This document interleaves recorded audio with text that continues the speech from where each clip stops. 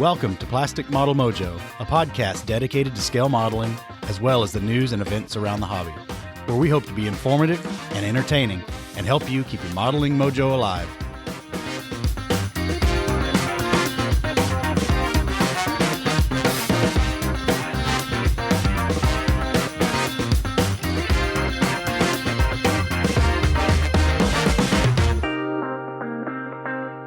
Welcome, fellow modelers. This is your host, Mike. Dave and I welcome you to episode 19. We have a lot of ground to cover, so let's get started with Plastic Model Mojo. Well, Dave, we're back again for another episode. How you doing this week? Not bad, not bad. How about yourself? Well, I'm pretty good for a Monday. We upgraded the internet service last week to a fiber optic carrier with about twice the bandwidth. And in addition to that, I'm also Cat 6'd right into the router now. So I'm enjoying every last megabit. Well, did that have anything to do with having two teenage boys and an Xbox? Probably a little bit. Probably did. I have no doubt. So what modeling fluid are you imbibing tonight? I'm working on a little Johnny Drum private stock. Johnny Drum private stock. Never heard of it. Johnny Drum private stock is, there's a couple of different labels, a black and a green, I think. But it's a Kentucky bourbon. It's bottled by Willett Distillery, which you had their pot still on here a past episode, but that's down in Bardstown, Kentucky. It's about 101 proof, and this stuff used to have several years ago. Used to have a 15-year age statement on it, but it doesn't have that anymore. So I'm not real sure what's going on there, and the price point now isn't indicative of one that old anymore. So I don't know what it is.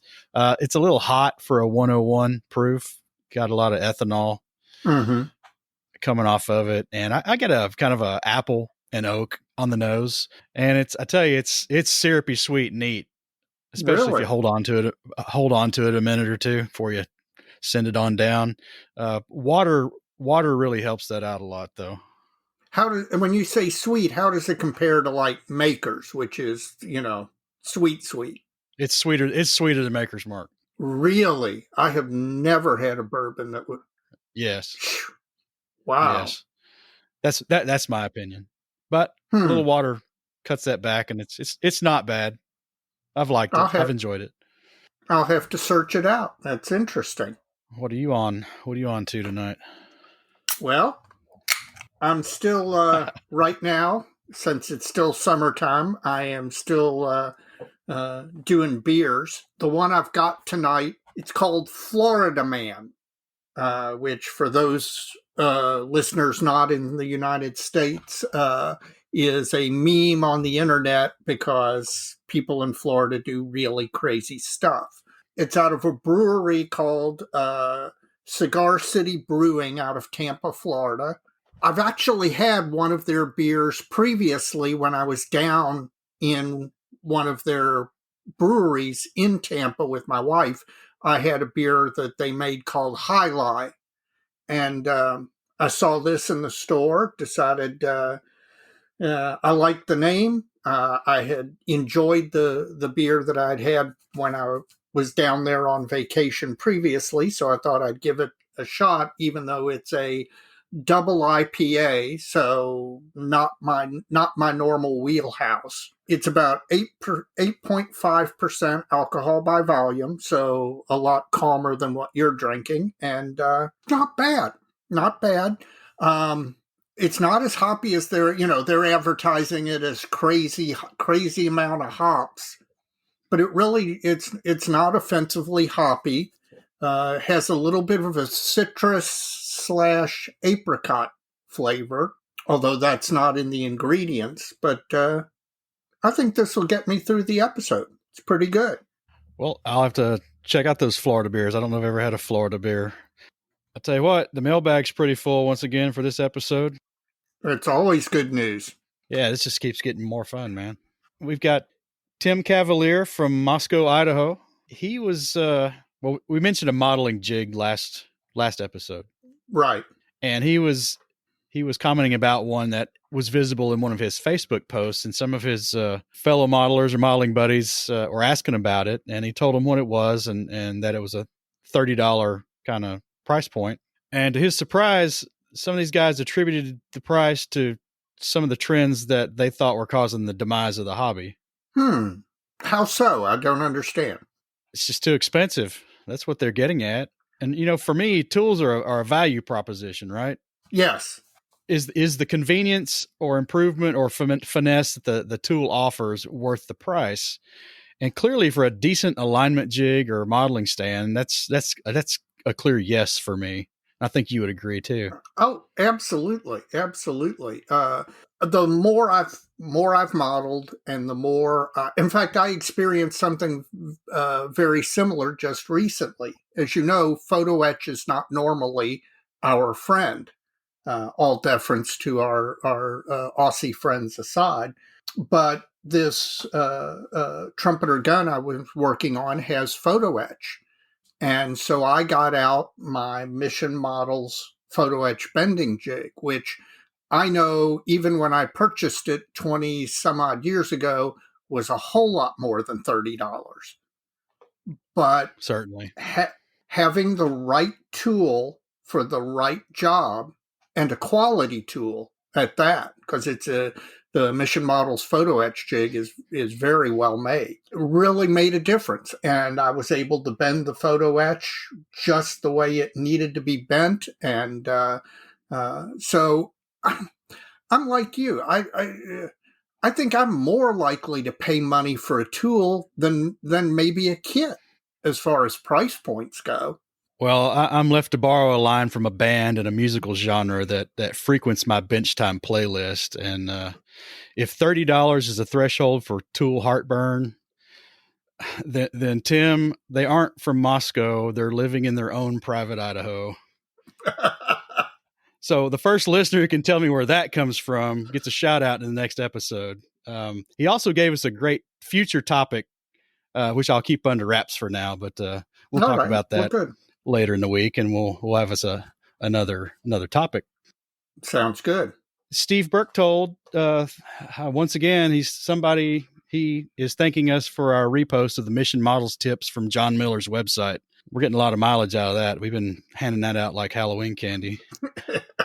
We've got to get John on here sometime. I know we've already talked. He's agreeable. Okay. Well, we'll have to do that. Well, back to Steve. He's switching from a Tester's Acro line. You know, he's a bit out of luck on that. Woo. So he's looking for a replacement. He's definitely stepping up. I have never had any good experience with Tester's Acro. Well, it doesn't matter now, does it? Yeah, no, it does not. Ryan Allen writes us from County Antrim in the north of Ireland. All right. And he sent us a pic of his brew and his Mini Art Panzer III Aus B. So Ryan, please give us the straight scoop on that kit. I've not built a kind of a large content Mini Art kit. I'm slogging through a Zis 2 anti-tank gun, as you may know if you've listened to us very long. And I'm really curious how when you go all in with a big kit of theirs, how that works out. So please let us know.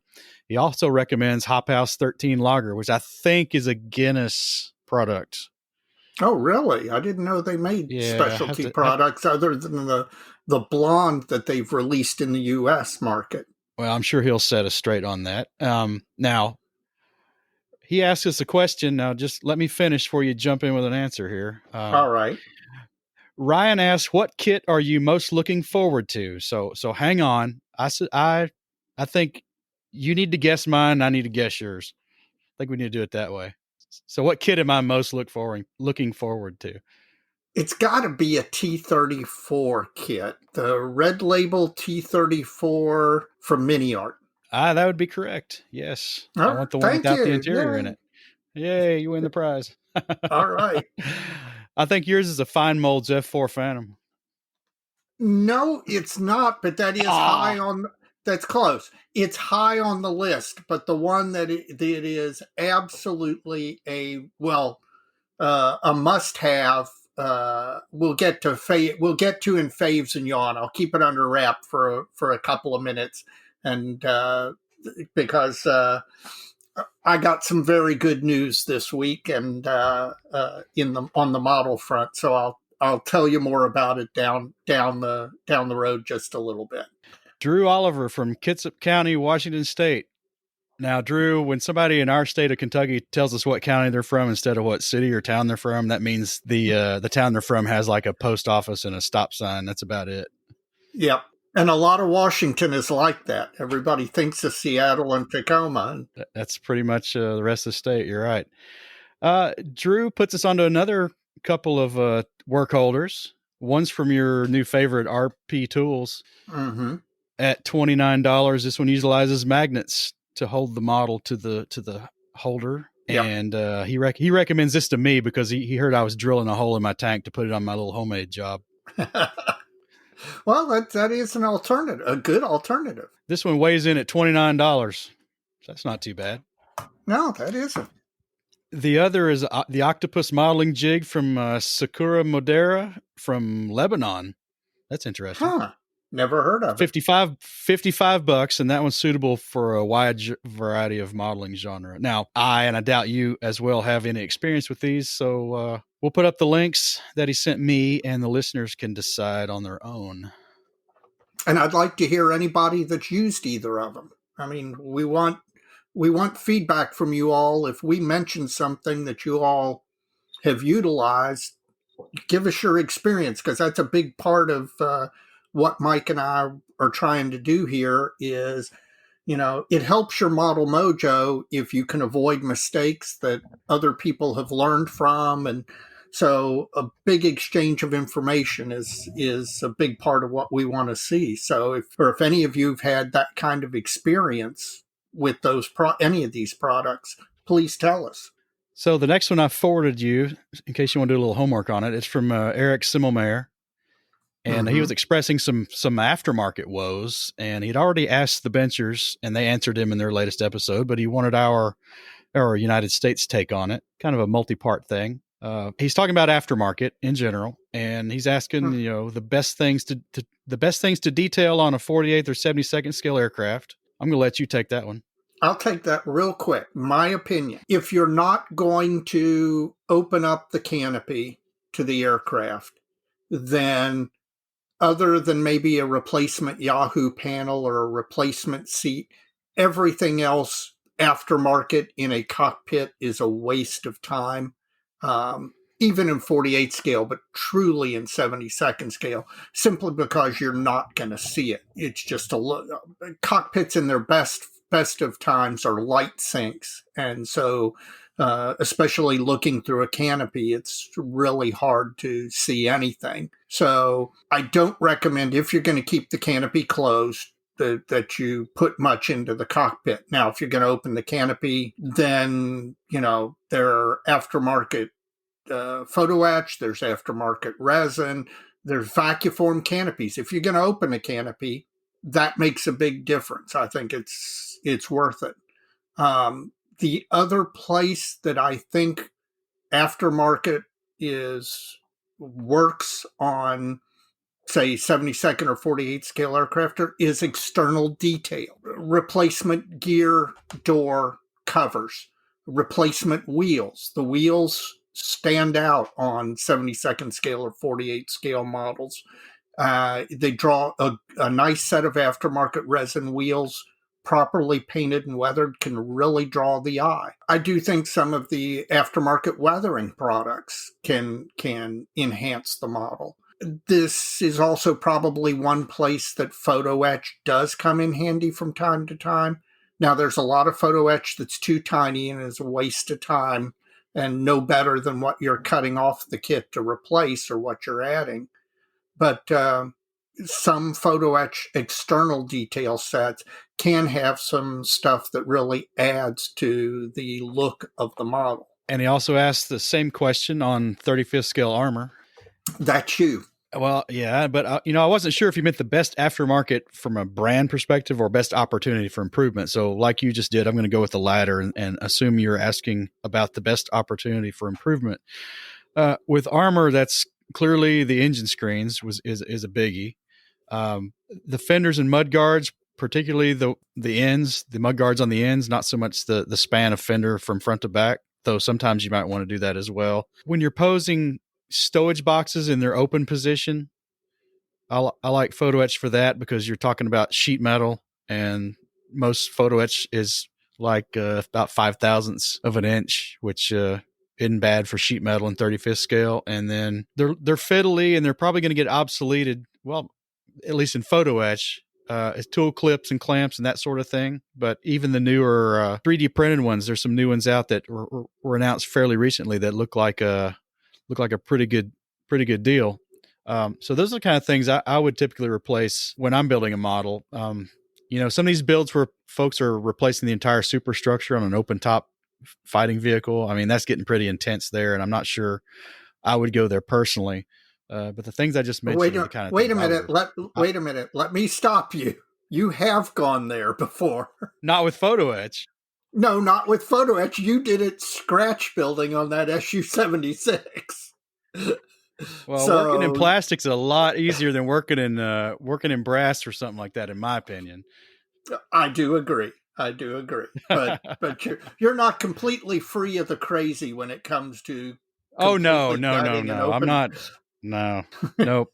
I'm Jack Nicholson in One Flew Over the Cuckoo's Nest. That's right. He also asked how to know if an aftermarket set will work for your kit. Now, he was on Scalemates and wasn't having the success he wanted to have there, so he's just gonna have to research and start backtracking. If Scalemates gives you a product number for a specific line, you're gonna have to go the next step and jump onto the web and not and get outside of Scalemates. I suspect. Yeah. To see what goes with what. Some of the manufacturers, at least for photo etch, like Aber and Edward, actually have pretty good websites. Not only do they have pretty good cross-reference for what kits their sets are intended for, but they also have the instruction sheets on there, which is really helpful. That lets you know if it's going to help you or not, or if it's anything you even want to get into. I agree. Some of those Aber sets are a big, hairy deal, and it gets to be a value proposition again there, whether you want to go there or not.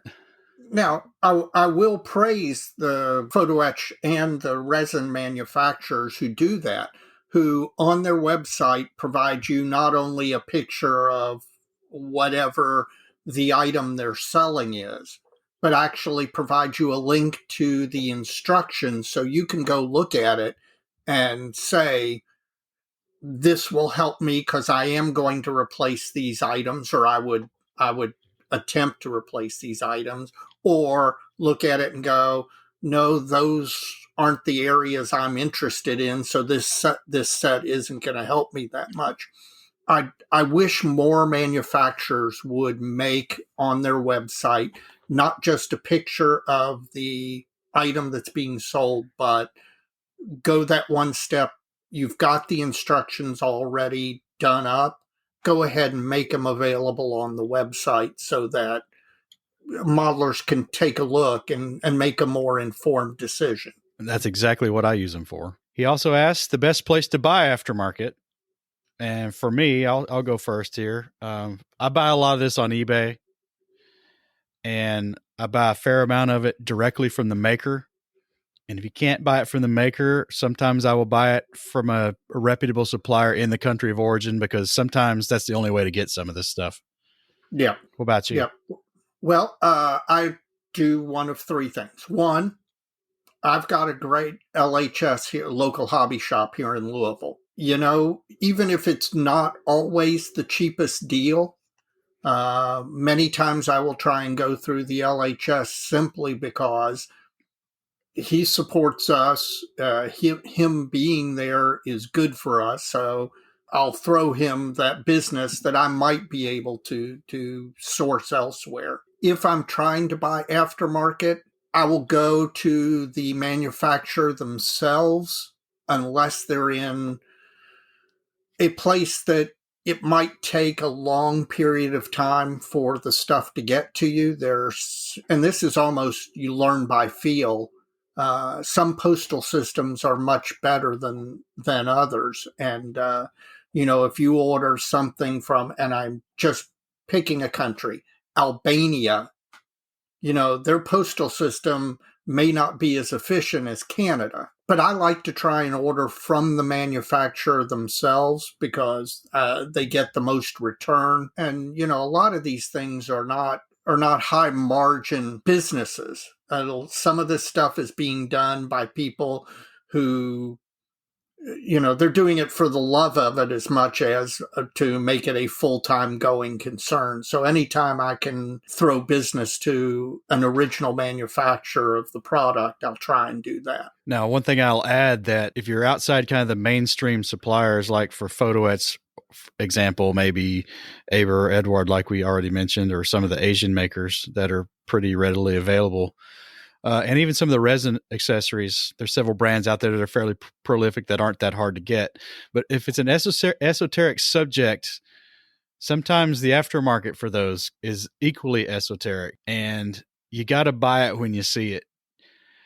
For example, I just ordered 2 days ago some wheel sets for a Vulcan Models Soviet STZ-5 artillery tractor. Now that kit's out of production now. You can bet I ordered more than one, because there's a couple I might be interested in doing, and they weren't that expensive. But that's an example of when you just got to pop on something because it's there.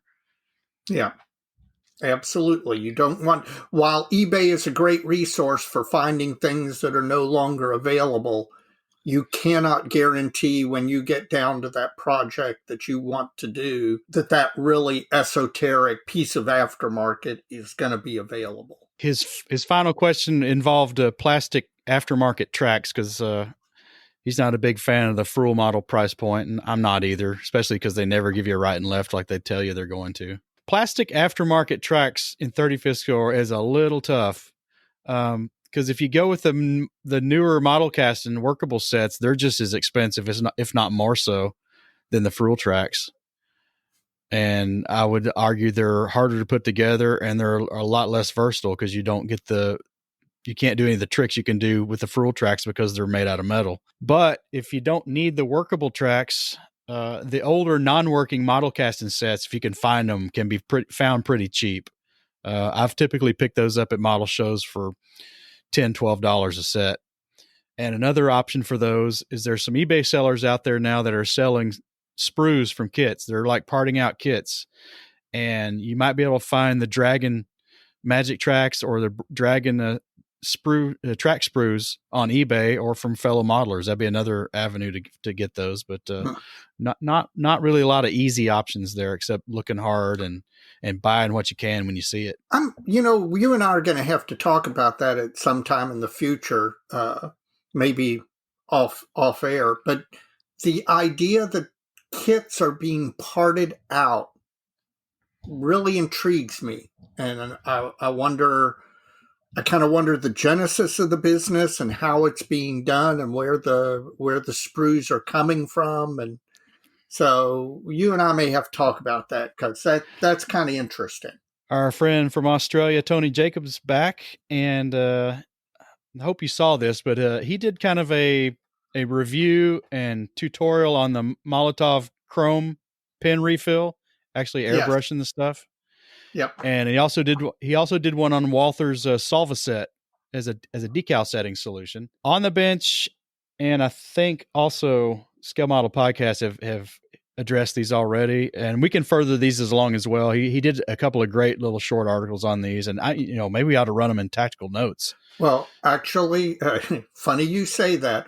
When you forwarded those to me, I contacted Tony and asked him if he minded, with proper attribution, of course, if I would publish it in Tactical Notes, which is our local club newsletter, and publish it as an article on my blog. And he graciously granted me permission. So the Molotov chrome pen refill article is going to be both in Tactical Notes and on my blog in the very near future. Well, good. So Tony, thank you for that. You did the community a favor by sending us that information. So we appreciate that. Absolutely. Now, the final one here for listener mail is from Kip Jackson, and I didn't get a location. The phone number he put in looked like it might be from kind of Ann Arbor, Michigan area, but he closed his email with cheers, which makes me think that maybe a country code was left off the phone number. Maybe he's in the UK. Yeah. I don't really know, but that's neither here nor there. If you want to tell us where you're from, we'd appreciate it. But he asked about a method to recycle kit sprues. This comes up all the time. I'd seen it before too, and he asked a straight up question, and I want to give him the best answer I can. And I did send him an email reply, a rather lengthy one, and we kind of poked around on this, but this is a tough thing. If you want to do this, it's not easy, because typically in the injection mold industry, the sprues never leave the mold house, and they're immediately collected automatically usually and put through a regrinder and reintroduced with some virgin material back into the process. Well, for a model kit, the sprue and the kit part, are the part that is coming off the mold. That entire thing is the part coming off the mold, right? So the sprues Right. go out the door with the kit. And I got online when he asked, and Poker asked the same question to Google that he asked us. The problem is, you got a lot of guys saying, "Oh, I just put it in the city, our street curbside bin." But those sprues don't have a recycle code on them, and Right. that's not working. Those are getting thrown away. In fact, it may be worse than that. You may be tainting your entire recycling bin if you do that. True enough. I suggested that he contact an injection molder in his area and see if they wouldn't mind taking them back. But still, you have the same problem, is they're not coated, and they're having to take his word for it that it's polystyrene. Right. Not an easy thing to resolve. I mean, if you're inclined to recycle.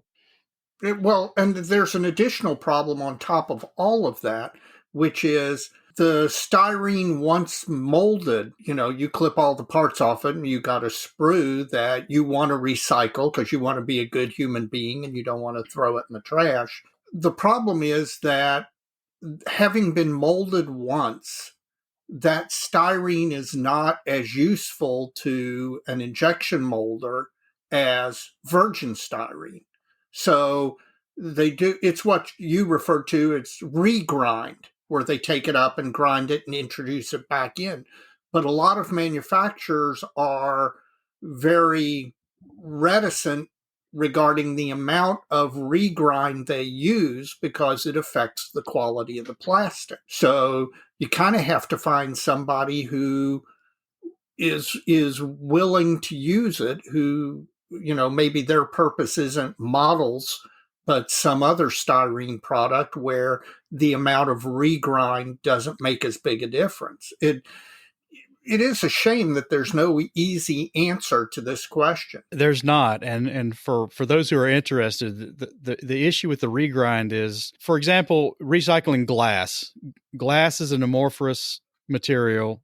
When you melt it down, it's just the same as it was the first time it was ever melted, because it has no structure to it when it solidifies. Right. Plastics are made up of hydrocarbon chains, and you mold it. Now, the mold operation itself really doesn't damage it, but when you regrind it, you're tearing those hydrocarbon chains apart when you grind it up. So the material that's been reground no longer has the same material properties that the virgin material has. That's why you can only put it in certain percentages, right. Depending on what your application is.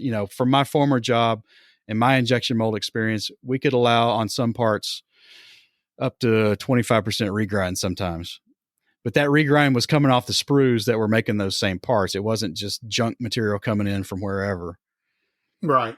And that's the primary reason why recycling plastics is hard for all plastics. I mean, if you made 1,000 or 1,000,000 milk jugs and then took those 1,000,000 milk jugs and reground them and tried to make milk jugs with it again, eventually that's not going to work anymore. Exactly. That's kind of a simple example of what's going on there, because it changes the material properties.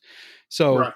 If anybody out there has a suggestion other than our city picks up plastic in the recycle bin, because that's not going to work, trust me, we'd love to hear it. Now, like I told Kip, you might check with an injection molder, and if they're confident of what you're giving them is polystyrene, they may take it. They may regrind it for you. I don't know. It's worth asking. Well, and especially if it's a lesser industrial use, where they're using it for something that has less of a quality control issue, like they're making a a holder for, a part that gets put in a box to get shipped somewhere. And so the That's quality right. of the plastic doesn't make as much difference. All right. Well, there's a lot of listener mail, but there's some good That stuff there. is. So keep it coming. That's a ton of it. Now, this is the point in the episode where I ask everybody, when you're done with this episode, if you would not mind, please go and give us a 5-star review on whatever podcasting app you're listening on.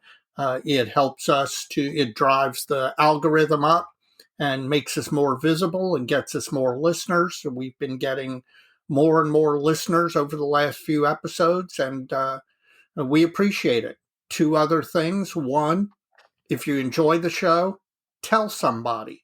I mean, we love it when you tell us, but tell your modeling friends about it. Hey, you should listen to this. The best advertising we can get is word of mouth, is other people recommending us to their modeling friends.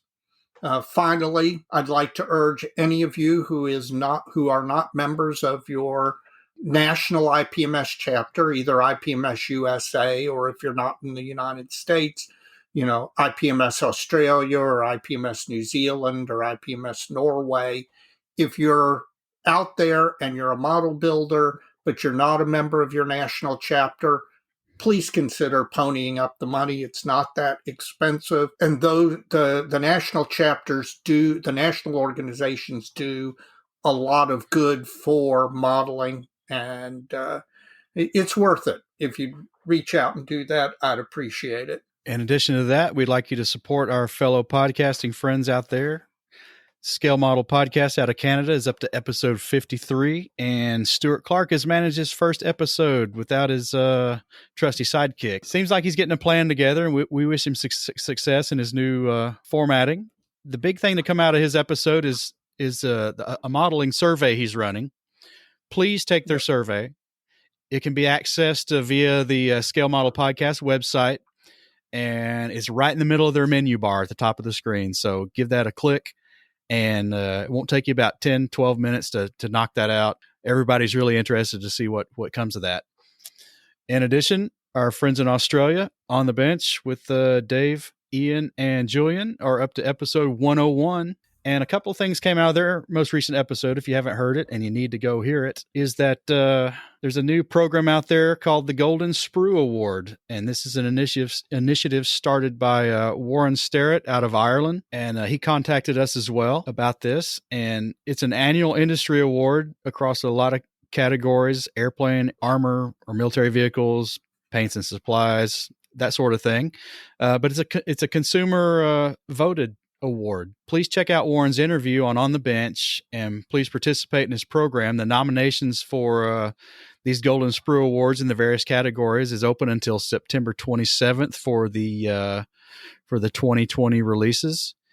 And he's got a really nice website, and you can check out the vitals from that in the On the Bench episode as well. I want to say it's goldensprueawards.com. Plural, Golden Sprue Awards. Give that a look, and please participate. I need to go over and make some nominations on. I do too. Also brought to light in On the Bench episode 101 is a new podcast out of our United States here, the Plastic Posse podcast. Scott Gentry and a couple of his modeling buddies are going to kick this off. I had a nice phone conversation with him Saturday morning, late morning, early afternoon, and a couple of Facebook Messenger conversations since then. They're really interested in participating in our mutual cross promotion we've got going, which I think is a great idea since we all share the same audience pretty much. Exactly. Both these initiatives, both Plastic Posse Podcast and Warren's Golden Sprue Award, were covered with interviews actually on the Bench, their latest episode. So you can go have a listen there and get all the vitals for these two initiatives. And we wish both Scott and Warren ample success or bountiful success for these things. Absolutely. Look forward to the new podcast first episode. Me too. Countdown to Vegas, Dave. Yeah, I can't wait, man. I'm telling you, I'm getting, my palms are already starting to itch. I tell you what, losing San Antonio hurt this year, so I cannot wait to get to Vegas. Well, we're inside a year now. As of our recording date, we are 359 days away. Yay! They're telling us that the vendor tables are selling at a good clip, which that's always a good thing. Oh, yeah.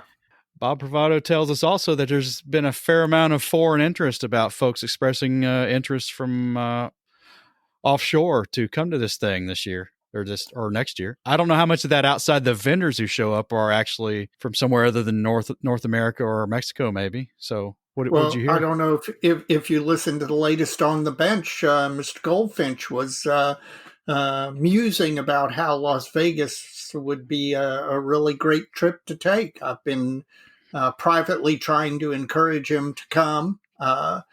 Flights to Vegas from anywhere in the world are fairly cheap since they know they're going to get their money from you in other ways. I can't think of anything better than the Australians, the Canadians, and ourselves all sitting around a bar in Vegas late night, sharing war stories and ideas and information. So, on the bench, Scale Model Podcast, guys, plan on being in Vegas. First round's on me.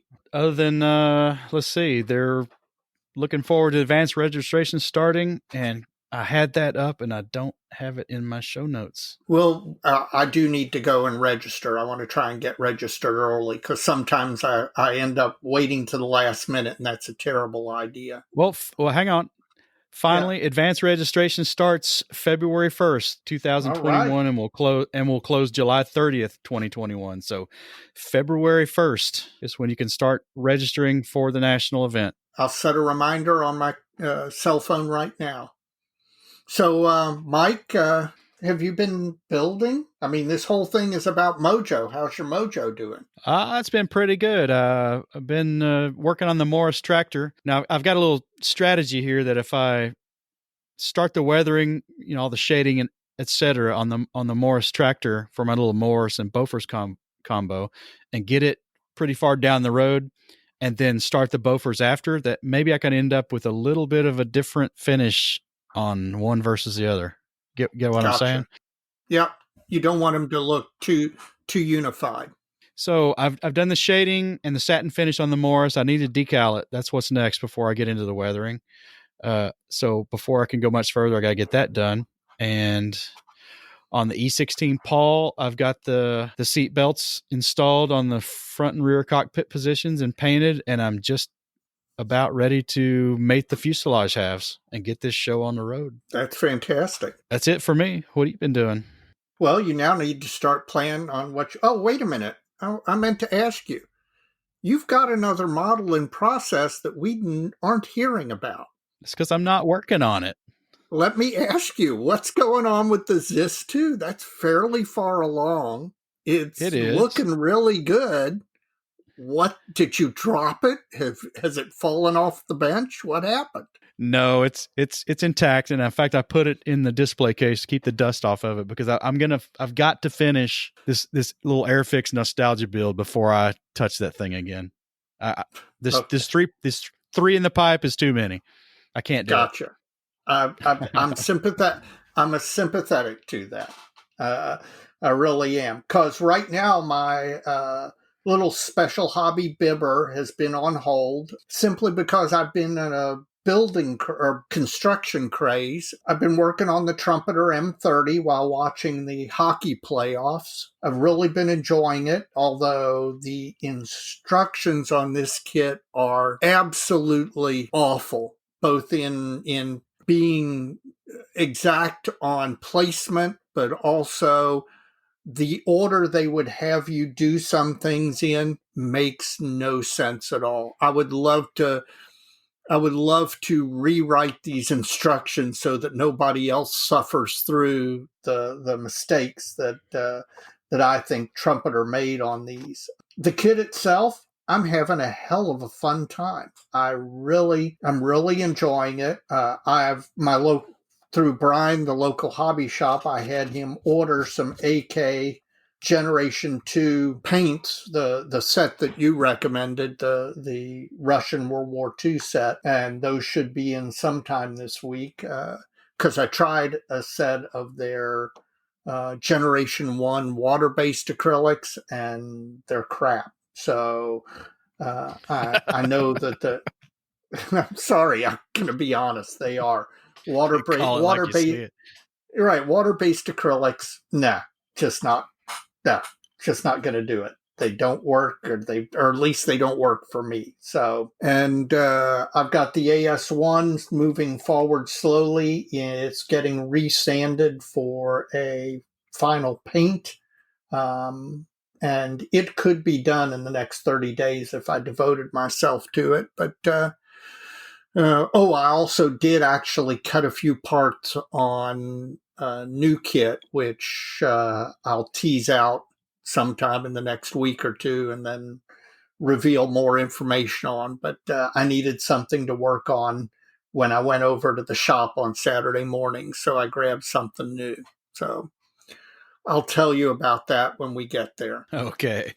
So, what have you been eyeing on the model front? What are your what's been announced that you're excited about, and what's been announced that you're not so excited about?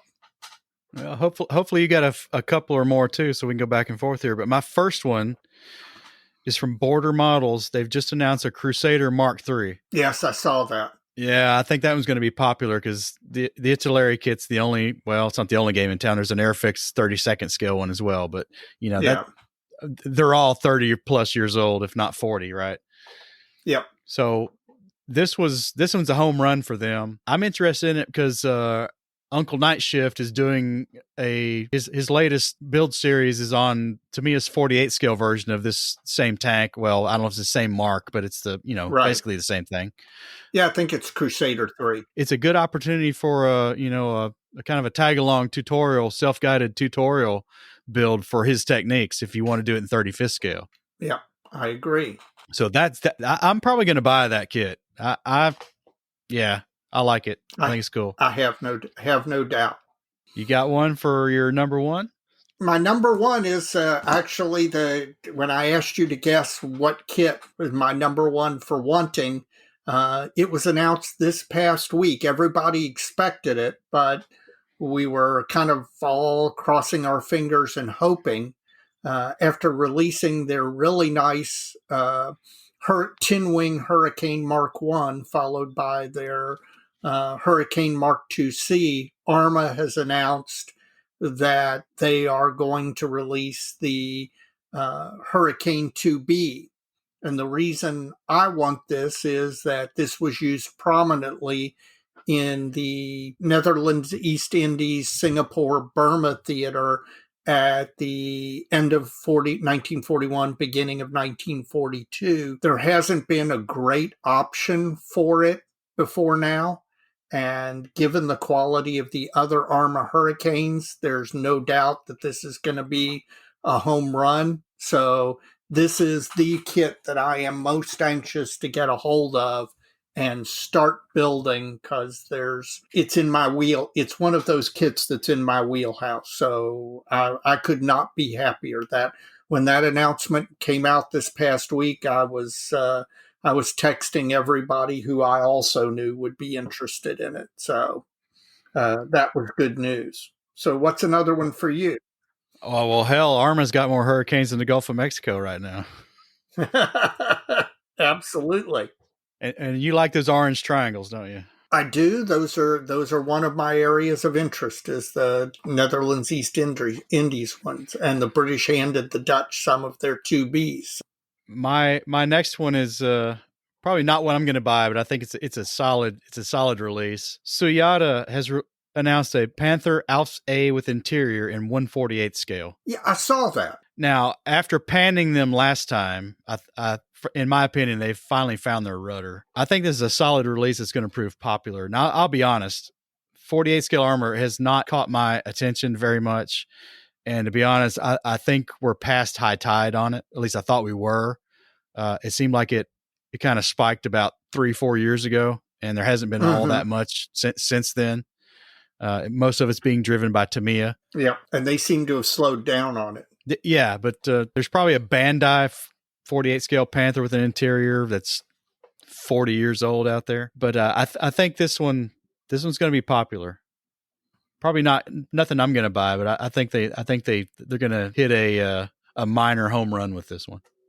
I agree. I think that will be very popular and might be enough to kind of restart the 48 scale armor. I don't want to say craze, but 48 scale interest in 48 scale armor. You got another one? Yes, I do. My next one is, I mentioned this previously, but we finally got a picture or a CAD drawing or whatever. Zvezda had announced a C-130. We desperately needed a C-130 because the C-130s out there from Edelary and Airfix were 40 years old. 30, 35, 40 years old. So, and there was no modern C-130 out there in 72nd scale. So Zvezda had just announced a C-130, and we didn't know exactly what they were going to release. And we got the CAD drawings, and we know they are releasing a modern C-130, not the E, but the H. And so that will fill a gap that exists right now, where the only way you can get one of those is to buy one of the old Italeri kits and then a whole bunch of resin aftermarket to convert to a more modern C-130. So I really had an interest in this because obviously a lot of Air National Guard units, including our own, use these. It's going to be, since I've got an interest in Air National Guard aircraft, this is definitely going to be one that I'll be picking up when it comes out. So you got another? I've got a yawn. Okay, give me your yawn. Unfortunately, it's Hobby Boss again. Man, it's like a game of table tennis with them. They're going to send a hitman. They might. They inherited all of TriStar's tooling. Right. And from the vehicle standpoint, that was probably a good thing. But now they've re-released a few of TriStar's figure sets. Yeah. And they shouldn't have wasted their time. Talk about recycling sprues. Yeah, I take it they weren't that good. The poses are all wooden compared to, like Master Box or Mini Art. And there's just much better figure options out there. I mean, they're just TriStar's figure sets were just not that good, in my opinion. You got a yawn? Well, I do. And this is not exactly a yawn in that I'm sure this company is doing something that somewhere somebody's going to want and all, but it just, a company called Offset Scale Models is doing 3D printed goats and sheep. I'm sure there's a use for them out there somewhere. What scale? 72nd scale goats and sheep. That's like a model railroad thing. Yes, maybe it is. Maybe that's what it's going to be used for. I don't know. I don't know either. It just seemed a little odd to me. So that was a yawn for me. Well, there you have it. Tonight, our special segment is something new for us. We actually have our first interview, and I think everybody will enjoy it. So let's get on to our special guest. Our guest tonight is Mr. Chris Wallace, and Chris comes to us from Ottawa, Canada. And like most of us, Chris got into the model building hobby as a child, but jumped back into it in his 30s as a creative outlet. And like a lot of us, as a way to unwind and decompress from the daily grind. Chris primarily enjoys Pacific Theater aircraft in 148 scale, but occasionally builds in other scales. I probably skipped over it, but I should welcome you to the show. Thank you for joining us at Plastic Model Mojo. Very, very happy to be here. I've listened to a number of your shows and really enjoy what you guys are putting together here. Our primary reason for reaching out to you, Chris, is that you publish a very interesting blog titled Model Airplane Maker. And while we intend to discuss a few of your recent posts, before we get into that and tackle the blog post, let's get a bit more about you so we can kind of understand you a little more and let everybody else get to know you a little bit. The first thing I'd like to ask is, you've told us your primary scale is 148 scale. What are your diversions? From 148th, well, I can I can tell you that I dabble a little bit in 30-second. I do some very little 70-second, although David would be happy to know that I'm getting more and more interested now that I've realized that some of these kits are much nicer than when I first started models years and years ago, when those 70-second scale kits were all I could all I could afford.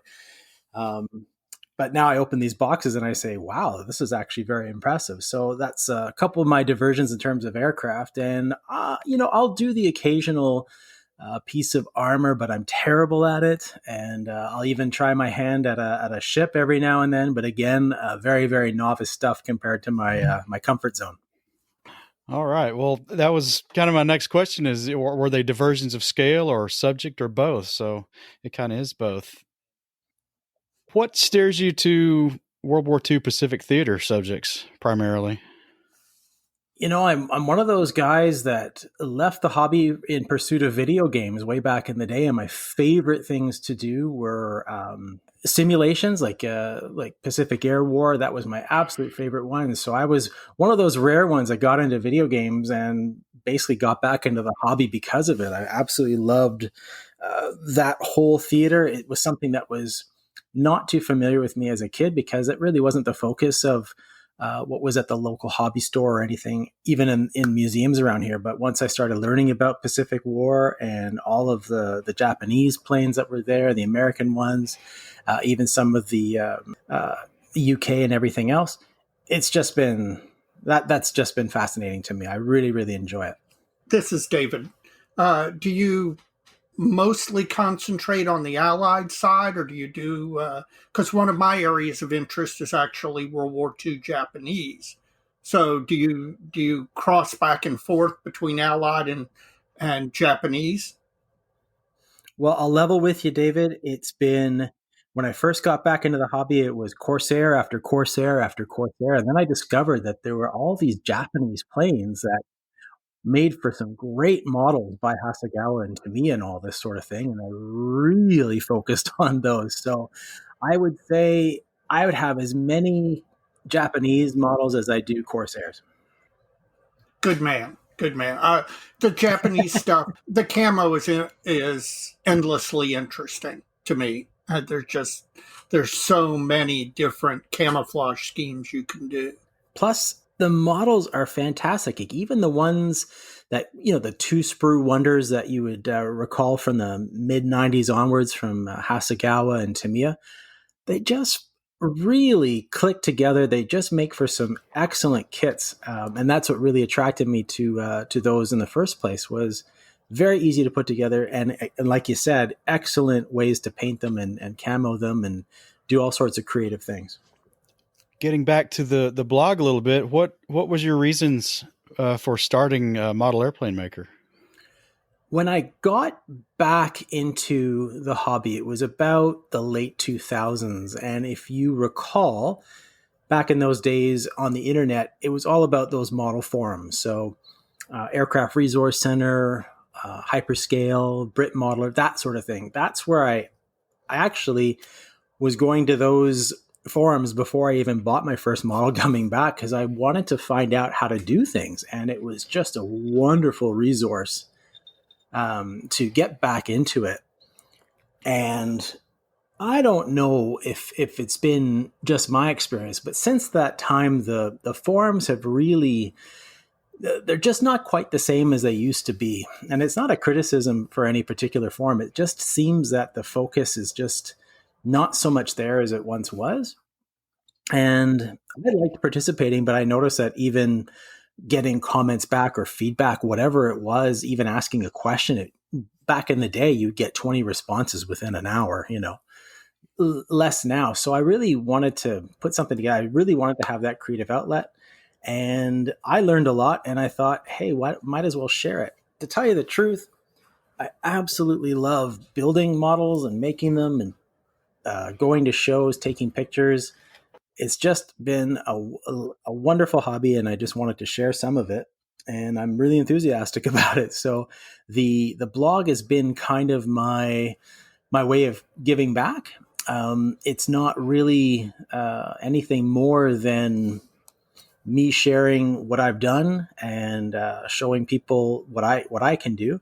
It's not necessarily about advanced techniques versus basic ones. It's just it's just showing people what I like to do, and hopefully, if someone comes away from from reading my blog or some of my thoughts about the hobby, and they come away with something that they didn't know before, hey, that's all the better. It's kind of flattering to have people mention to me that they've read something or share it online, and I find it very flattering too. So it's been a lot of fun.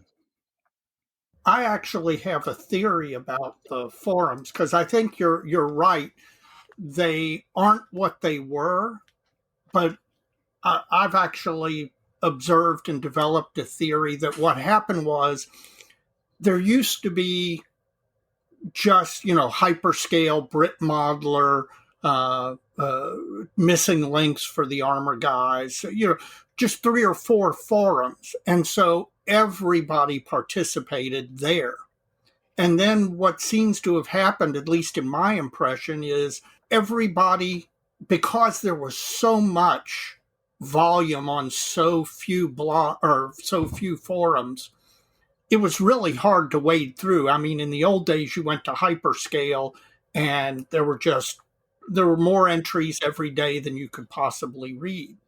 And a lot of them weren't in your interest area. So now forums have subdivided into, World War One, 72nd scale aircraft, Russian armor, that there's been a dividing out and a whole bunch of little forums started, and people whose primary interest was in those areas went to those forums, and then that left the Brit modelers and hyperscale and all getting a lot less participation than they did previously.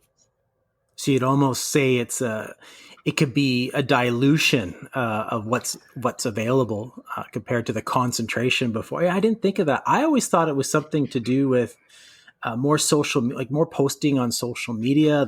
It's the ease of putting the photos on, that type of thing. But I think that has some effect. I do think that social media and Facebook also have had some effect. My problem with Facebook is that, or Twitter or whatever social media platform, the forums provide you something that they don't, which is the threaded discussion, where it's easy to locate a particular thread that you're interested in. But yeah, no, I think it's specialization. Suddenly came in after forums developed and there were just these general forums where there was everything. Now there's super specialization. And if you happen to be in to the British Pacific Fleet 44, 45, there's probably a forum out there for just that. I'd have to find that one. I thought you might. Well, along the line of the creation of the blog, you've also recently made your first foray into YouTube channel. What's your plan there, and what was the genesis for that? I am home a lot these days, as we all tend to be, and I wanted to have a bit more of a try at the video thing. So I decided to give it a shot. And, to tell you the truth, Mike, I don't know exactly where it's going to go. I think what I'd like to do is just show some techniques, easy techniques to improve your basic kit building. So instead of just snipping parts, basic paint, I'll do it up in a way that it's, hey, did you know you could do this if you drill out some holes, for example, and here's how to do it, and here's the tools that you can get. So it'd be something a little bit more than basic, but certainly not, because you go on these YouTube channels, and my God, you see people doing amazing things with weathering and I would call hyper advanced techniques almost. I'm certainly wouldn't be interested in going in that area, but certainly more along the lines of, well, for example, I have an article on my blog about modeling radial engines. And there I show how I do it with some very very fine drills, lead line, that type of thing. I'm thinking of doing stuff like that. So it'd be sort of a video version of that type of article that I put on my blog. Chris, you mentioned your home a lot. I assume that's because of the pandemic, but when we talked the other night before we were preparing for this discussion, you mentioned you're a lawyer, which I found interesting. I'm a lawyer too. In the U.S., it seems like to me, I've encountered a lot of lawyers in the hobby. We seem to be overrepresented in the hobby in the U.S., and I wondered if you've noticed whether that's true or not in Canada. Well, certainly not with my what I'll call my inner circle of model friends. I'm the only one who admits that they're a lawyer. That's for sure. But certainly a lot of professionals, definitely, all across the board. Engineers. I've met some finance people. I think they're accountants and that type of thing. So yeah, I mean, I don't know any others, but it wouldn't surprise me. It's a great outlet at the end of the day, especially a stressful one to sort of. And the great thing about it is you could take a half hour, you could take an hour or two, and really unwind, get yourself into that great zone where you're just concentrating on, say, rigging a model, for example, and then you just feel a little bit refreshed at the end. So I've found it to be incredibly helpful for that. And I do think that for lawyers and other professionals, and our club's the same way. We've got a big cross section, but a fair number of doctors, lawyers, engineers, accountants, mid and upper level professionals. And I think that probably is one of the things that attracts all of those professionals to the hobby, is that it is so de-stressing for you. You come in, you sit down at the bench, and the brief you've got to file, or the client that's a problem, or whatever, you can just forget all that and concentrate on sticking the parts together, or painting, or sanding, or weathering. I do think it is a hobby that attracts people in a lot of different professions, but I've just noticed there are a fair number of lawyers in. And I think, David, another great thing is, like I said, it doesn't have to take all day. It's not going to the golf course where you're spent. And don't think that I am disparaging of people who do this, but it's not necessarily in the cards for me to take 4 to 6 hours to go golfing, for example, on a Thursday, where Agreed. I can rush absolutely. home. I can put someone to bed. I can go downstairs, do a couple hours, and then I'm good. Or if I'm super lucky, I could go to a show for back when we went to shows. I could go to a show for a half day or something like that. So you get that nice flexibility in terms of what we're doing. You mentioned that. We've talked about just briefly your blog and your YouTube. What other blogs and what other YouTube channels do you find yourself taking inspiration from? Blogs. What I think inspired me right off was a great blog. He still does it. He doesn't do it as regularly as he has been, but his blog's name is Scale Model Soup, and he was an occasional contributor as well to ARC, and I think he is a big IPMS USA guy as well. But I'm sorry, I can't remember his name, but his blog is fairly easy to find out there.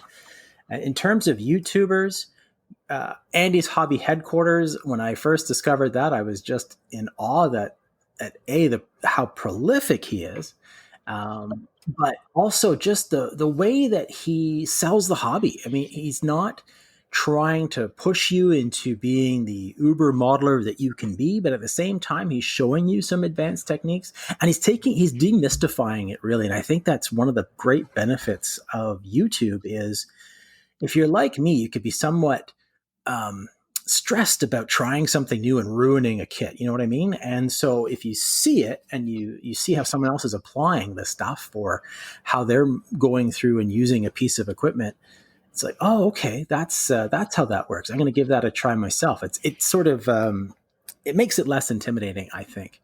Another great YouTuber, a friend of mine, his name is Evan, and he is Panzermeister36, I think is Yes. his name on YouTube. And oh geez, I mean, one of my heroes, if you will, if you could say that in terms of what we do, Paul Budzik. That guy is just absolutely otherworld incredible what he can do and how he shares and how he explains and how he shows you techniques.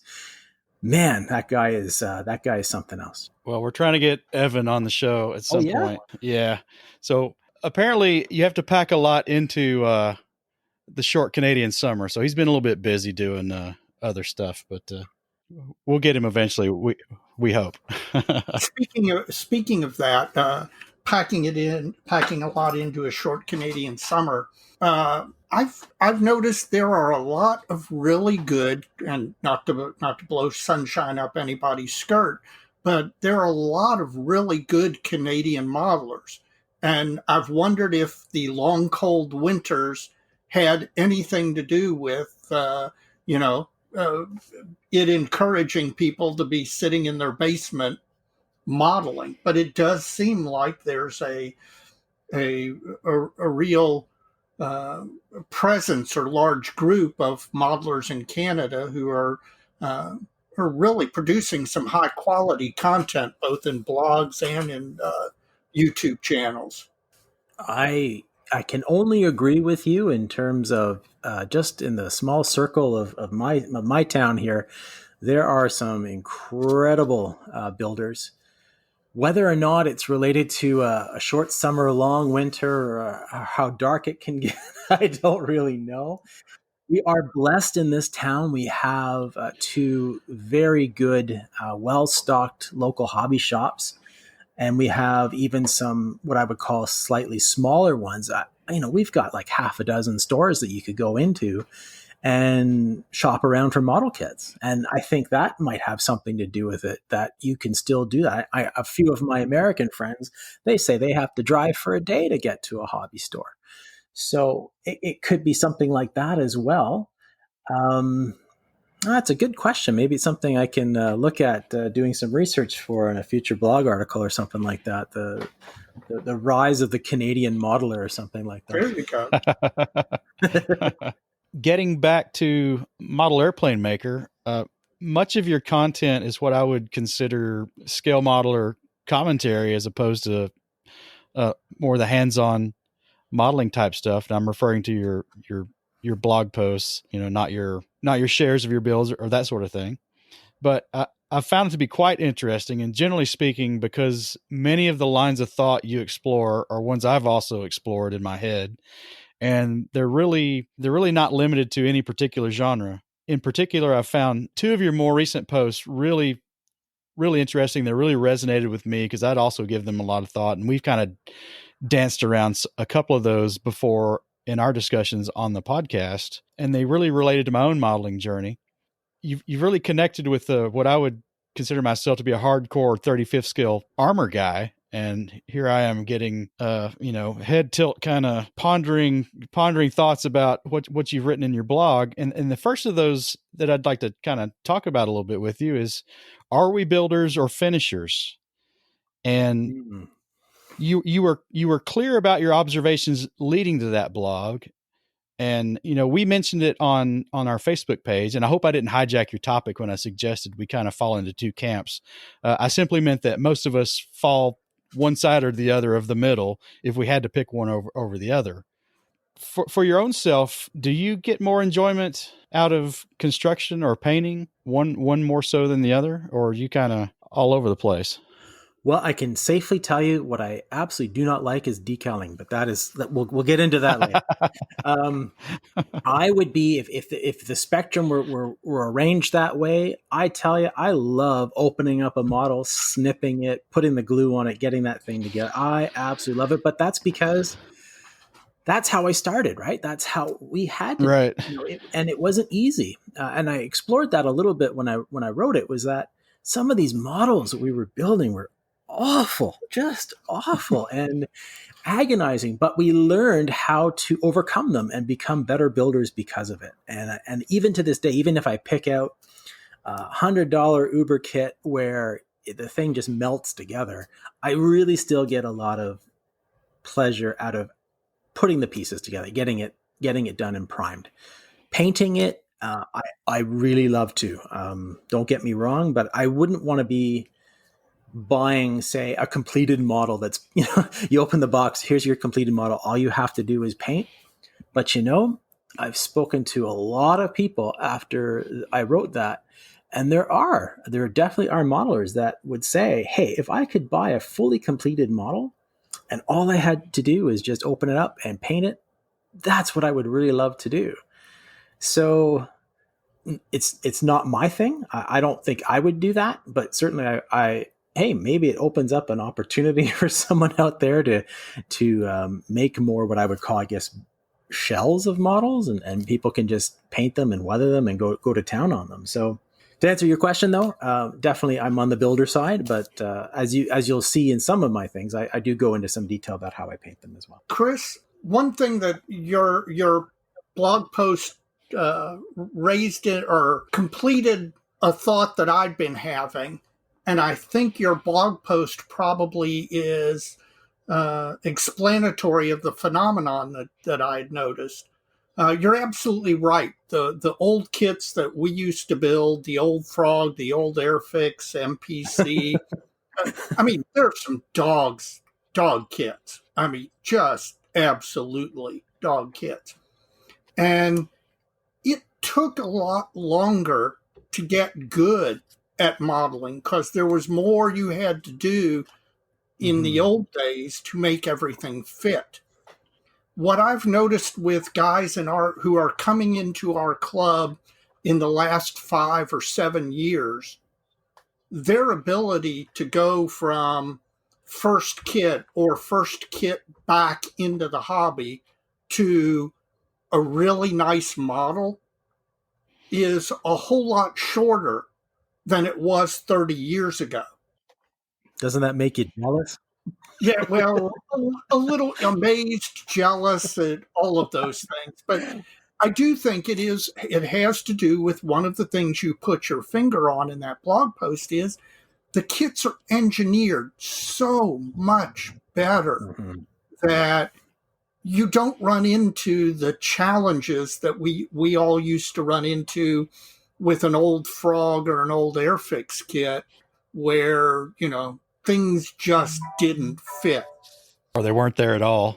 And you had, like Alan Hall in the old scale aircraft modeling with balsa and talc and, replacing or modifying parts with balsa and talc and filler. But I do think that's why that you're seeing guys come into modeling today and getting really good really quick. Well, along with all of the YouTube that, as you pointed out, is out there so that you can sit in front of your computer. It used to be in the old days, you picked up your modeling tips from the guys in the club, and then you went home and tried them. You might go to a club meeting where there was a presentation. But now you can sit in front of your computer and you can find at least one YouTube on nearly any technique out there that you want to try. And, I've said any number of times, we're living in the golden age of modeling.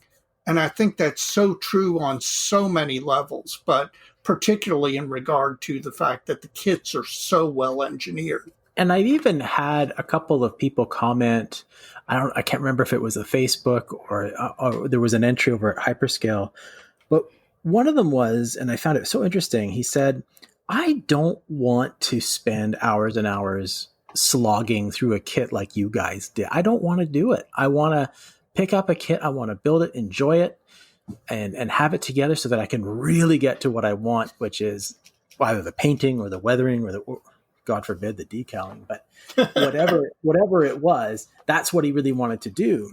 And it even came up with my nephew the other day. Now, he used to be a 35th scale tank guy, just like you, Mike. And he's been out of the hobby for a couple of years pursuing other things, but he's coming back because he's spending a lot of time at home, and all he wants to do now is paint figures. He just gets no benefit, no enjoyment at all out of putting a model together, but he loves painting, and he loves detailing, and he loves the washes, and he loves highlighting, he loves all that stuff. So hey, more power to him. He's really enjoying that aspect of the hobby. Well, you mentioned in that particular blog post the kind of construction centric December 1989 issue of Fine Scale Modeler, and we had a short email discussion about that. In fact, I think I correctly guessed that the builder of the B-17 in that article was in fact Paul Budzik. It was, because I remember that very vividly, and I learned a lot from that article. And personally, I'm a builder too. I'm the guy who would slog through a hard kit and then send it to Mike Rinaldi to paint for me. That would be the way I would do it, right? But personally, I kind of miss the fine scale modeler of the Paul Boyer era, for whatever that's worth. It's just, the hobby's changed so much, and a key takeaway from your blog was that the fit and finish and engineering of contemporary kits is so much better. So it's kind of, I'll ask, but generally, do you think most modelers' time is better spent building more recent kits, or I guess being a builder, you might kind of, I'll let you answer that. I asked you, right? Either the more recent kits, or as I talked to my model buddy, Ian, I call it slaying a dragon, grabbing that 40, 50-year-old kit and just wrestling it. I'm one to give that a try on occasion. And I certainly, I've been slogging through one, even a fairly recent one, an HK B-17, which, guys, that is a tough one to that's a tough one to slog through. That is not an easy kit. It's a big one too. Do you have a garage that you're going to put that in when you're done with it? I'm going to wall mount it. If I can ever get it done, it's going to be the only one like that, but I'll put it on the wall and mount it that way. But I tell you, that one it's a slog, because it is all the panel lines are misaligned, all the rivet lines are misaligned, and if you want to complete something to make it look half decent, that's a lot of work to get through. And I get it. I don't really like to do that type of tedious work for hours and hours, because only I'm going to notice it at the end of the day. Getting through that type of thing, I don't know. I don't know if the question is, where are we going, that sort of thing. Hey, I think that this hobby is big enough for finding enjoyment out of all of it. I get a lot out of watching this YouTube finisher, what I'll call a finisher video, even though I'm not a big weatherer myself, because it's still, I don't know, I'm still not quite used to it, especially on aircraft. But hey, I get a lot out of it. And so I think, just as importantly, if there are newer modelers out there who are doing the super modern kits where they're putting together fairly quickly and having excellent results, eventually they're going to find that they can't get a certain model, but they really want to build it, and they are going to have to go and find a dragon and slay it. And hey, I guess the piece that's missing maybe is that there aren't as many of those build articles, for example, to help them do that. I'll tell you what, I came to the realization about 4 or 5 years ago that, with 1,000 kits in the stash, and while the Grim Reaper isn't exactly looking over my shoulder, I'm getting older and I can do math, and I know that I'm unlikely to complete everything I've got, much less buy any new stuff I buy. I've figured out that life is too short to build crappy kits. Now, you're right. There's always the magnum opus out there that somebody wants to do, and there's only one kit available, and it's, 40 years old. But other than that, if there's one thing that I want to build that's not yet in a new kit, I've got 20 others I can build. And by the time I'm done with those, somebody's going to come out with this new kit, especially in 72nd scale. We're seeing stuff announced. We're seeing stuff announced every day. It's some pretty amazing stuff at that. So life is too short to build crappy kits has become my new motto. It's a good motto. Oh, I had a thought and lost it. Oh, what was it?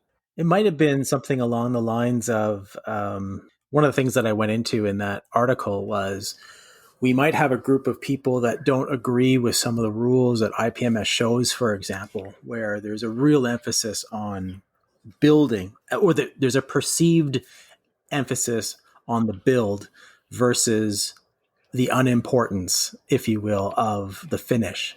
And I pointed out a couple of things, my thoughts about that, which I don't agree with. I don't think that's true, especially if you read the rules and have well-trained judges.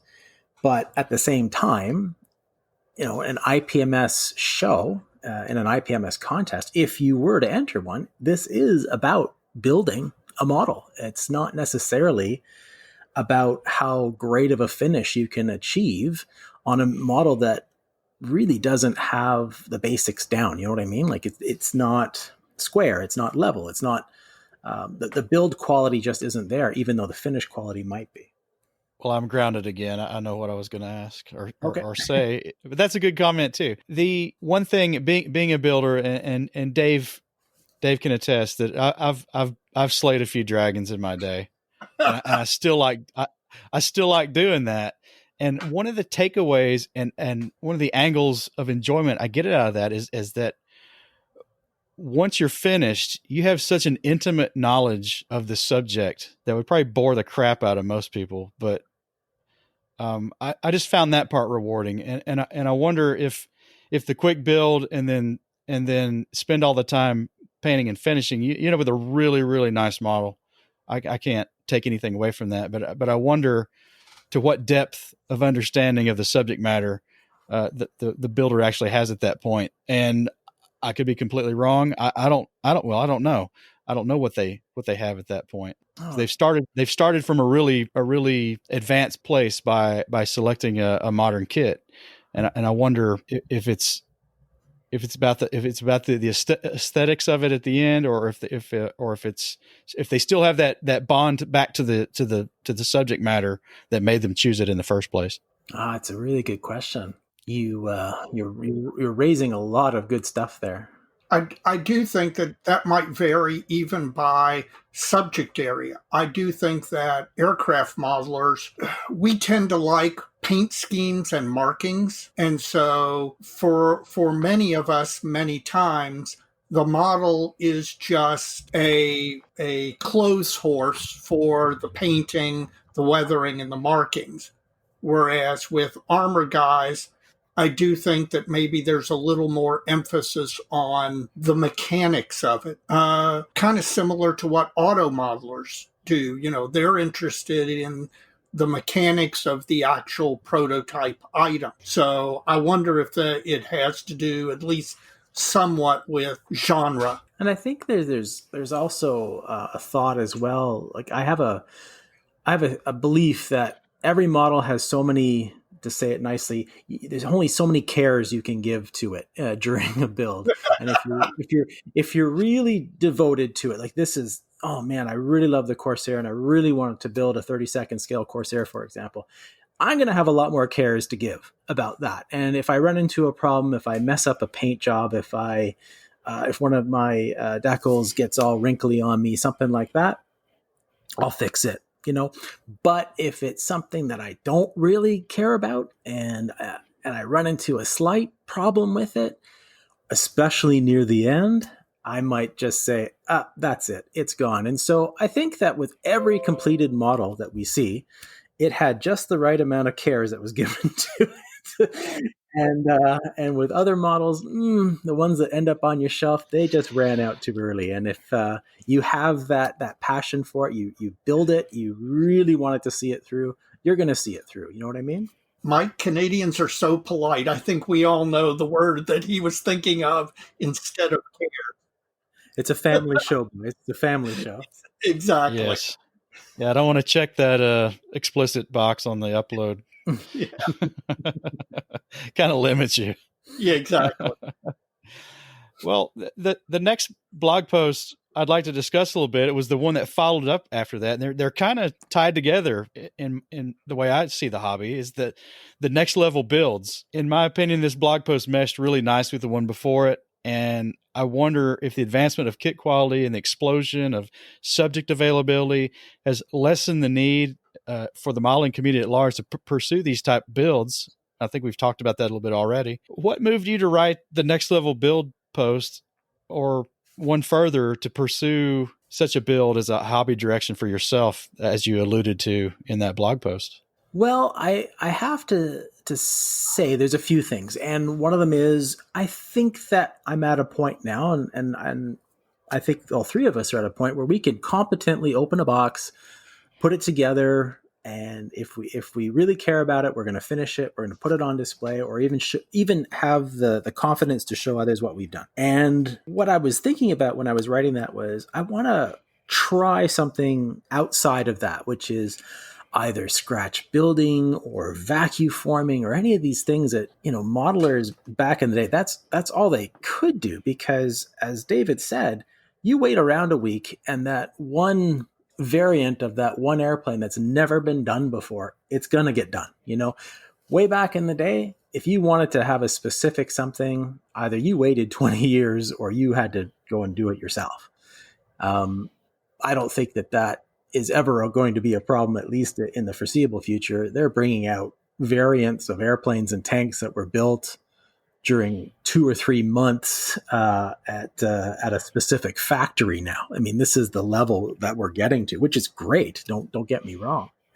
But in that next level build thing, I was really starting to think, I wanted to make something or try new techniques to build something completely different than just putting a kit together from a box and painting it. Have you thought any more about how to define what that really means? You kind of left that out there, at least what it means to you for that next level build. Well, you just explained it a little bit, but it was a difficult one to sort of nail down because I haven't done it right. So I think with all these things, you got to start with baby steps. So I might start doing some conversion work where I would, start carving some balsa and try doing some vacuum forming, that type of thing, or really tackle maybe cutting a model apart and doing all the guts inside of it and something crazy like that. That would be a very involved project, but involve a lot of scratch building and using different types of wire and piping and all that kind of stuff. So sorry, I don't really have like a specific thing. It was a very sort of putting some thoughts together what that was looking like when I wrote that thing, but I definitely don't have a specific, this is what a next level build is. Of course, if you go over to Paul Budsick's page or his YouTube, that's definitely next level stuff right there.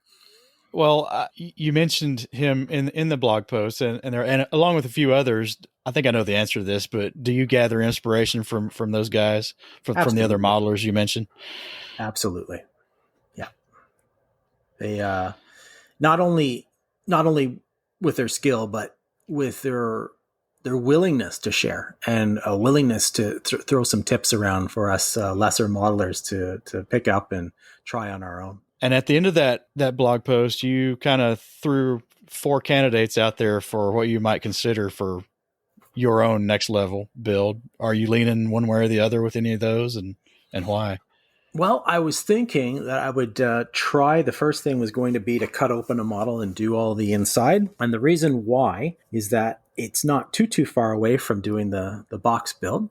And again, there is a lot of information that there's a lot of information on the web about what are they called, tearaway or cutaway models or cutaway airplanes should look like on the inside. So I think it's not too much of a stretch for me to start off that way. So I've got a couple candidates in mind that I can tear open some panels and get some wiring and some piping in, that type of thing. Do you have a particular aircraft in mind? I'm thinking of maybe a Sabre, starting it off that way. Good choice. But don't quote me and don't hold me to it. You posted on your blog, you posted the question about 70-second scale and whether it was not necessarily dead, but whether it was still relevant. And I find that this an interesting question historically, because I've been building 70-second scale aircraft since I was 13. So long time. And this same idea comes up every 5 to 10 years. It recurs where the question becomes, is 72nd scale still relevant, or has it been passed by? My answer, of course, is always no, because I'm a believer in the one true scale, but also particularly no now with all of the 72nd scale kits coming out, I mean, almost once a day. But the only time that I thought in all of that time period where it was a question where the answer might be yes was the period of the late 80s to the early 90s, when more and more 48 scale kits were being released, where there were a couple companies, Accurate Miniatures and Classic Airframes, that started and only issued 48 scale aircraft kits. Mm-hmm. There was a period in there, 3 or 4 years, where I thought, yeah, everything seems to be moving away from 72nd scale. Now, it turned out not to be the case, and it was just a growth of 48 scale that didn't really truly hurt 72nd scale long term. The thing that surprised me was the development and expansion of 32nd scale, and the fact that there are tons of 32nd scale kits out there and there are tons being built, and given their size, that surprises the heck out of me. So what are your general thoughts? I know you prefer to build in mostly 48, but what are your general thoughts regarding all of the three major aircraft scales? I think it's even down to a regional thing. And I say that because at some local shows that I've been to, and I've been going to them both to compete and to buy up everything that I can. I've been going to them for, I'd say about 10 years now. And I always do the tour of the showroom, and I definitely notice a quantity difference in the 72nd scale finished kits from 10 years ago to today. Also, one of my good friends, he runs the local hobby store known as the Hobby Center here in Ottawa. He buys a lot of estates. He buys a lot of, collections, estates, and even there are some modelers that just, my stash is too big. I have to make room. I've been given orders by the wife. It needs to go. And they drop off as much of this unbuildable or unwanted stuff as they can. And he finds that if he buys the 72nd scale stuff, it just stays. It doesn't move. It stays on his walls. He has difficulty getting rid of it. So that's sort of the idea behind that question that I asked is, do people still build this? But I got schooled by a number of people that in other parts of North America, say definitely Europe, Asia, wherever, 72nd is huge. It's massive, which feeds into this thing that David was saying, which was a lot of new product is coming out for 72nd scale. It's definitely not dead. It is still relevant. It just might not be relevant where I live, or it might not be relevant right now where I live because there's just less and less interest in it. And yeah, definitely the shiny new thing, or at least maybe the last few years, the shiny new thing is 32nd scale. That has its pluses and minuses too. Size and time. My gosh, these things take forever to build. The bigger you go, the more pieces you do, the more involved the build. It just takes a ton of time to get one of these off. So if you were finishing 5 or 6 72nd scale builds a year, for example, how many 32nds are you doing? You're not doing that many. And that pile's not getting any smaller if you keep buying them, if you know what I mean. So I remember reading an old scale aircraft modeling back when Alan Hall was still in charge, and he noted the regional difference like you did, and his theory was that 72nd scale was popular in Europe because a lot of European homes didn't have a dedicated model room, or they didn't have basements where you could have a model room. And thus a lot of modelers modeled at their kitchen tables, and smaller models made sense. Whereas in America, and to some extent Canada, you have homes that are much larger, much more likely to have a basement or a dedicated model room, and therefore 48 scale was more popular in those areas. And I think there's probably something to that. I think you're right. There's definitely the availability of room. And the other thing I will say, and I got into it in that piece, was I was brought up by absolutely terrible 72nd scale kits way back in the day. And when I came back to the hobby years later, the last thing I wanted to do was go back and do those. And I was blown away at the detail and the fidelity to the prototype that was available in 48 scale, even with let's say a Tamiya Corsair in 48 scale. It was night and day different. So now, that is to say, there are some recent 72nd scale kits that are mind-blowing compared to what I remember. And so I've softened my view a little bit, and I've certainly picked a few up because I've been quite impressed with them. And I'm definitely going to build them. Well, if you're voting with your wallet, then that says it all. Well, Chris, in closing, I'd like to thank you for joining us tonight, and it's been a pleasure talking to you. I wish you continued success with the blog, and I'll certainly keep reading because I think it's a lot of good food for thought on there, and I really enjoy your blog. Even though I'm an armor guy, Dave's trying to make me an airplane guy, and I'm getting there. But Okay, sure. There's room for one more, Mike. Room for one more.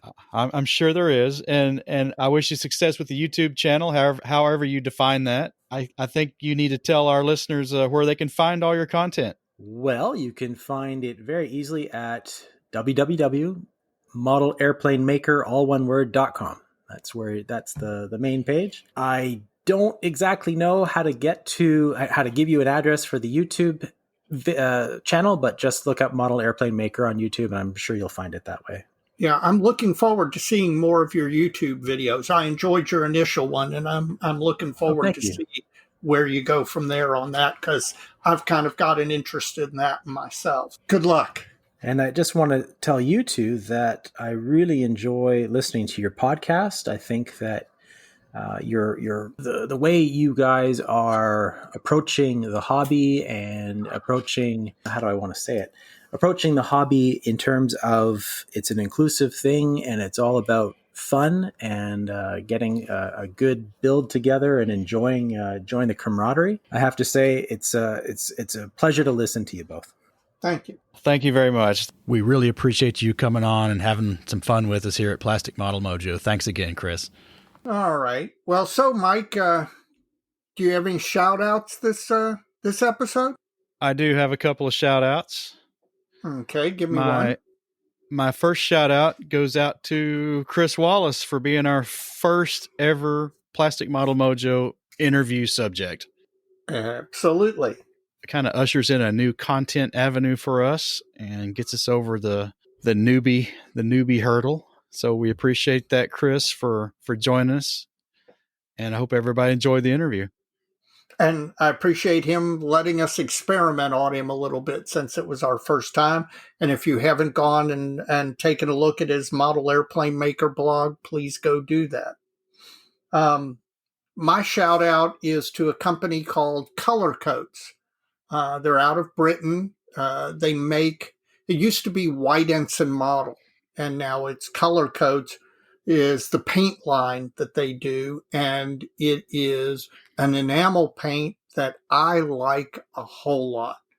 It goes down well. It reminds you very much of the old Humbrels, including the fact that it comes in the tins like Humbrel did. It sprays very similar to Humbrel. It thins very similar to Humbrel. It's just fantastic paint. The only downside is that there's only one distributor here in the U.S. called H&B Hobbies, and because it's enamel paint, you can't order. You can't place orders for individual tinlets directly from the manufacturer due to the shipping restrictions on enamel paint. So that makes it a little bit of a pain in the butt, but it is well worth picking up Color Coats paints. I really like them. I like the way they spray, and I just wish I had more access to them across the entire range. I've got another one. Okay, give it to me. Our friend and listener Hector Colon Yeah, and his club mates at the Butch O'Hare IPMS out of Chicagoland. yeah. We'll be sporting some nice T-shirts next time we can go to a model show. Uh-oh. Did we get swag? We got swag, man. As a token of their gratitude, for keeping it real during the pandemic, they've sent us some swag, including some T-shirts. And I tell you, this has been a common theme in the listener mail across the other podcasts as well. Folks are really digging the fact that they can sit at home and listen to all this stuff, and we're helping them have fun at home and have their mojo inspired at the bench. So that's kind of why we're doing it. And I'm sure Dave and Stu are kind of doing it for the same reasons, and really appreciate it, Hector. And thanks go out to the Butch O'Hare chapter for the gifts. We appreciate it very much. Very much. Appreciate it. So, Mike, I think we've come to the end of probably our longest episode ever. So, I think you're right, Dave. So many kits. So little time. See you next time, Mike. All right, Dave. We'll see you next time. Yeah.